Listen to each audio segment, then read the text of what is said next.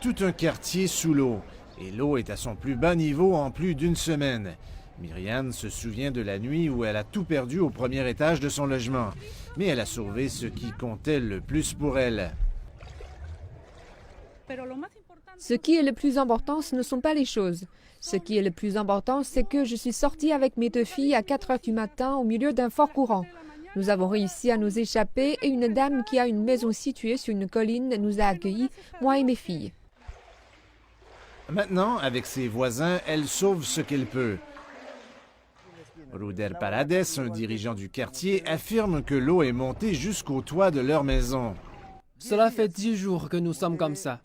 Les eaux usées sont entrées dans les puits et nous avons peur que nous puissions avoir une épidémie. Après le déluge, l'aide arrive lentement. Mais la plupart disent qu'ils se fient à des amis ou à leur famille pour les héberger.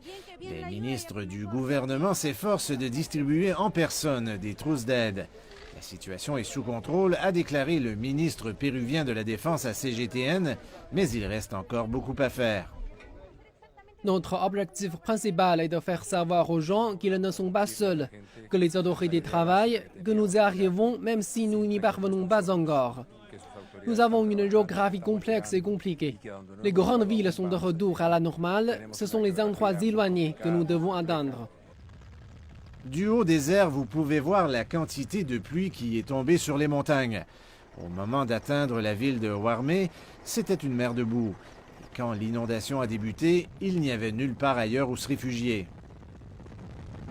Avec près de 2000 km de routes inutilisables, l'aide doit être acheminée par avion à des centaines de villages et de villes isolées par les inondations.